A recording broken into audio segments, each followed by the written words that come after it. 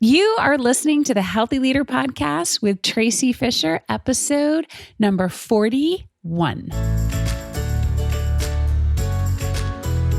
Welcome to the Healthy Leader Podcast, where it's all about optimizing your health, energy, and performance for your mind and your body.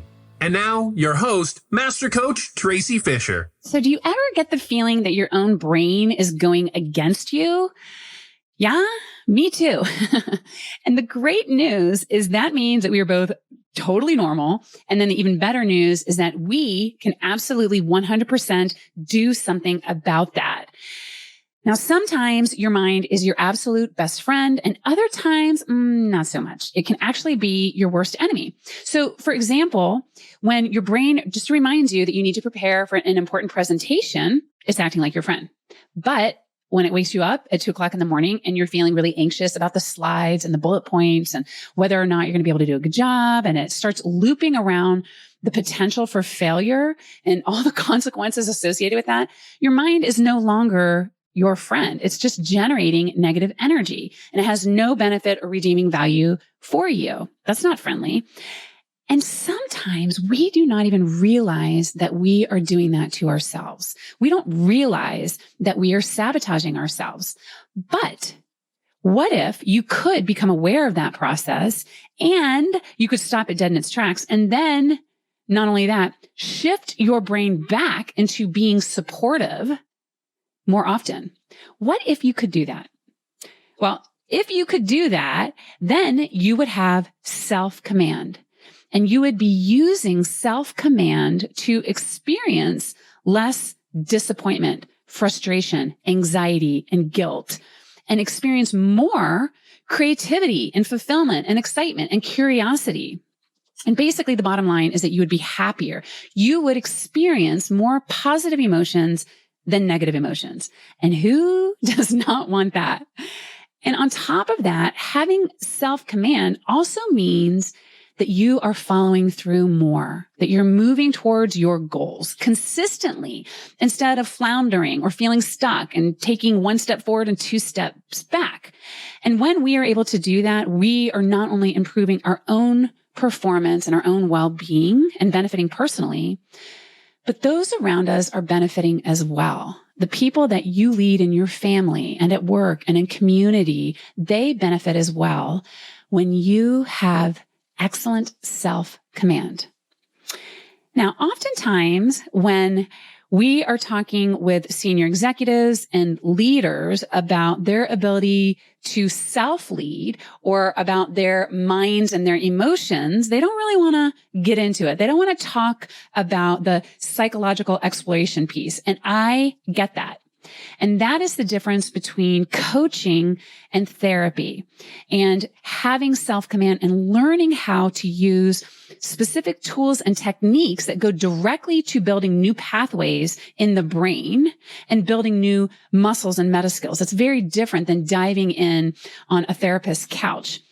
And so today we are going to talk about self-command and how you can immediately begin to utilize your brain to have more self-command and to experience all of the immense benefits. So to dive in, I want to tell you that I'm going to organize this series. We're doing this in two parts here using a phrase that I learned in the military. And the phrase is command and control. Now, command and control is basically just like it sounds. It's a description of who is in charge. That's the command part of the process of directing and coordinating and controlling a unit or a team or an organization to accomplish a specific mission. And we're going to use this phrase, command and control, to think about self-command and to improve your self-command. And we're going to first look at the command piece. Who is in command of you? And then in the next episode, we're going to talk more about the control piece and how we can take this command and integrate it in the world and make things happen. All right. So to start off with, the question is, who is in command? Who is in command of you? Who's in charge? Who has responsibility? Who has the authority? Who is making your decisions? Who is leading the troop called you? And what we're really talking about here is your brain. And what part of your brain is firing when you are taking actions? And the easiest way to really think about what part of your brain is in charge is to take a look at the results that you have in your life right now and see if those results are in alignment with your values and what you want and the type of life that you want to live. Are you at the weight that you want to be at? Are you as healthy and as energized as you want to be? Are you showing up and doing the work that's going to get you the promotion or to the board or to improve a relationship? Are you balancing your work with the joy of being alive and living a fulfilling life? And if you're not, then the wrong set of thoughts is in command of you. Now, we have over 60,000 thoughts per day, and that is a lot. And research shows us that 80 to 95% of those thoughts are repetitive. I say again, pun intended, 80 to 95% of our thoughts are repetitive. That means that we are mostly on autopilot, thinking the same things that we have thought for days, weeks, months, years.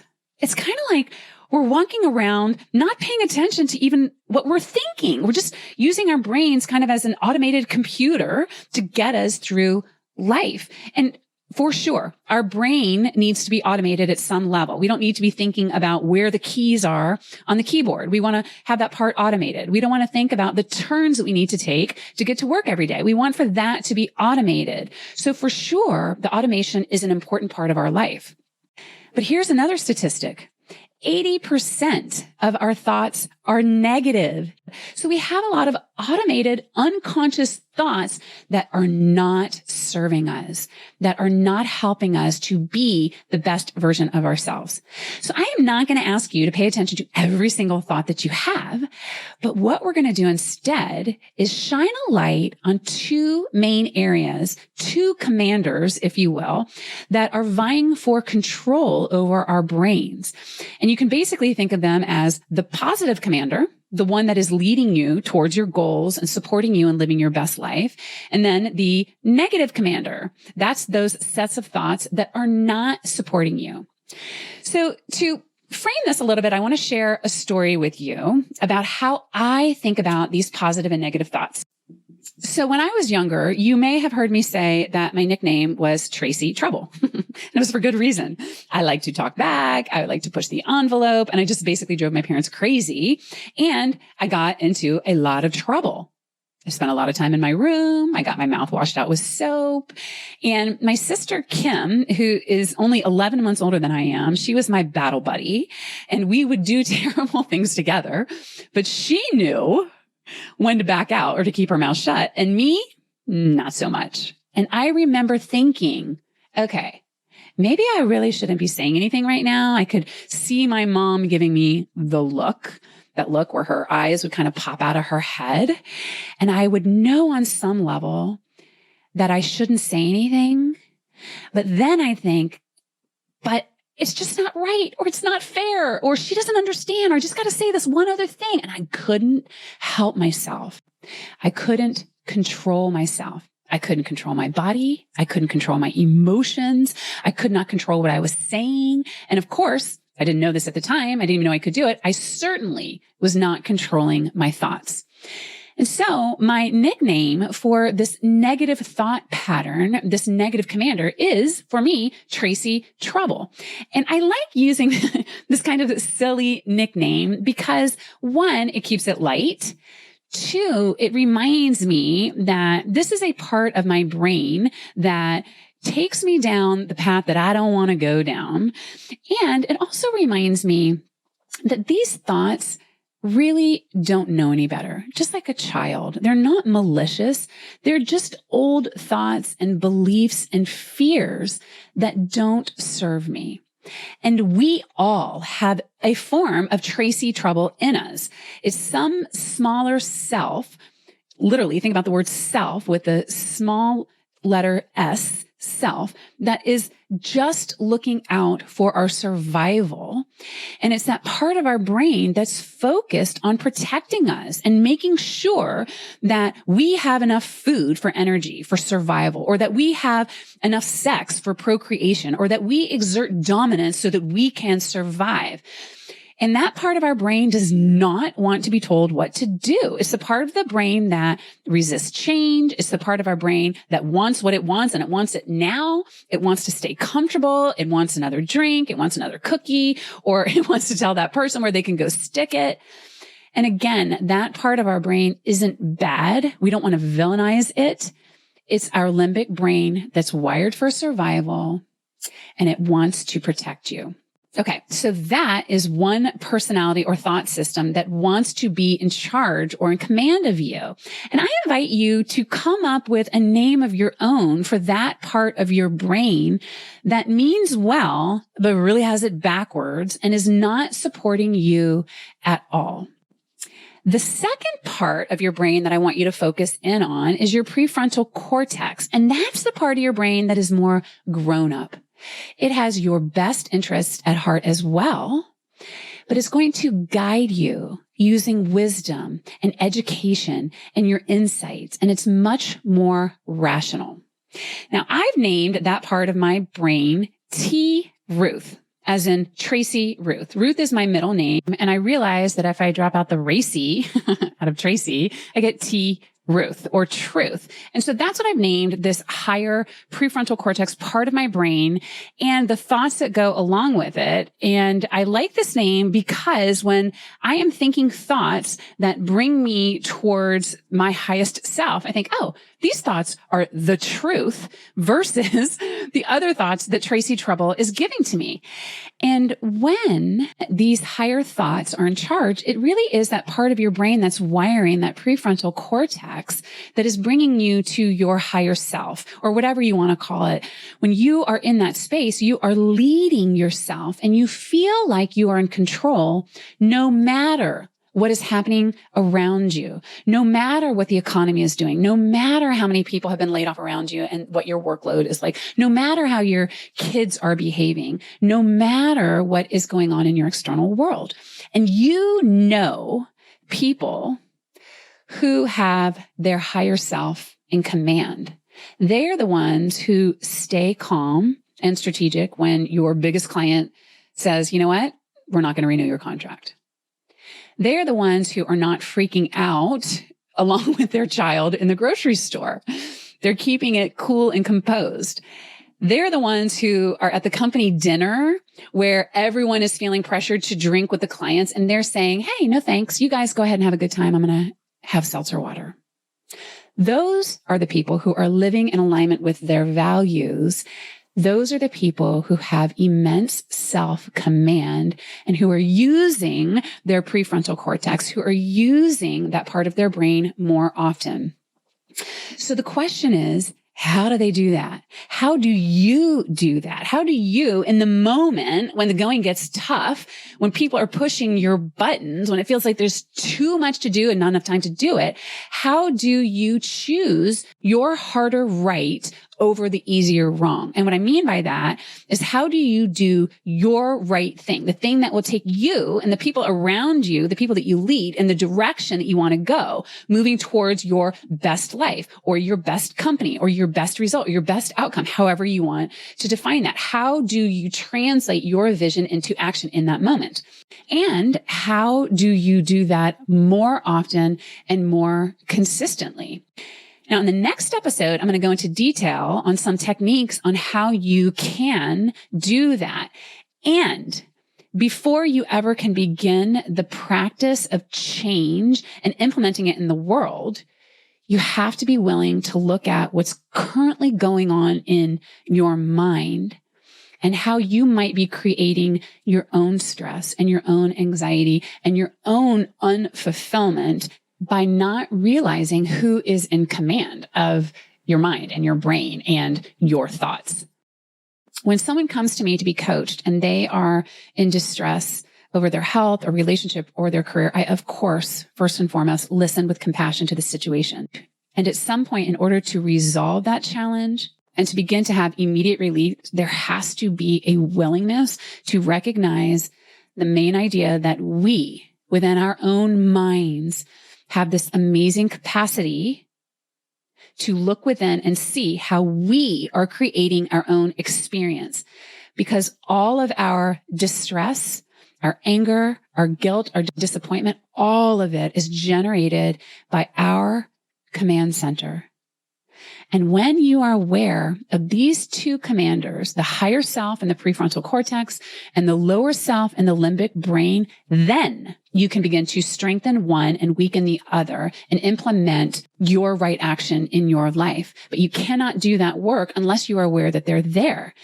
And unless you are willing to listen in and to see what's going on in your own brain and to bring those unconscious thoughts to the forefront. And so what I want to end with is a tool that you can use to do just that. And the tool is called outside in. Now, as you begin to use this tool, here is the caution. I want for you to do it with immense compassion and curiosity. Pretend that you are an anthropologist and that you are studying this fascinating person called you. And you are just noticing who is in command when you feel certain things and when you do certain things, and let it be a fascinating exploration. There's nothing that you need to do with it right now. There's nothing that you need to fix. You're just taking the moment in time to notice yourself and to see yourself. So this tool of outside in is to first look at your actions. Notice what it is that you are doing or that you are saying that maybe is not in alignment with who you want to be. So for example, maybe you are overeating at night, or you are having one too many drinks, or maybe you are working beyond 6 o'clock and you promised that you were going to be home, by 6:15. Or maybe you keep letting yourself get pulled into an argument that you know is not going to go anywhere. It doesn't really matter what the action is. It just has to be yours and something that you know that is not in alignment with who you want to be. And in those moments, ask yourself, who is in command? What are the thoughts that you are having right at that moment? Just notice. And then the inside piece is in relation to emotions and noticing when you feel anxiety or stress or overwhelm or anger, or even the positive emotions when you're feeling love or connection or joy or fulfillment. In those moments, ask yourself, who is in command? What are the thoughts that you are having? And then the final piece to this is as you are exploring your own actions and your own emotions and noticing the connections to your thoughts, be on the lookout for the rationalizing mind. And this is a very sneaky part of our brain that will try to project the cause of what you are doing or how you are feeling onto an external circumstance. It sounds like, well, they made me angry, or he got me upset, or that's what scared me, or world events are the cause of my anxiety. This situation is different. It's not about me. It's about the world. Be on the lookout for that type of rationalization. Just watch for it and just notice it. This process is life-changing. When you are willing to go within and witness your own actions, your feelings, and your thoughts, and to see how they are related, an entirely new world opens up. When you're willing to take responsibility for your command center, you will automatically begin to feel like you are more in control. You will not be triggered by other people. You'll have a much broader perspective that lets you get out of the details of the saga or out of the drama and get to work and to move into the solution mode much more quickly. And as an amazing byproduct, you will start to feel better. You will have conserved your energy. You won't be wasting it on people and situations and thoughts and emotions that keep you stuck and feeling out of control of your own life. But in order to do that, you gotta turn the light on in your command center. So go do that this week. Turn that light on and do it with that compassion. And I would love to hear what you discover. You can click on the link in the show notes and leave me a voice message. And I absolutely encourage you to also leave questions there because I will be happy to address them in the next episode. So do that. Do some self-command exploration and see who is in command in your life and begin the journey of taking control and creating the immense meta skill of self-command. All right, you guys, thanks for your time, and I will see you in the next episode. Hey there, if you are ready to take your well-beingness to the next level, come visit thewellness.coach where I've got lots of free resources. And make sure that you type in thewellness.coach, not .com, and I will see you there.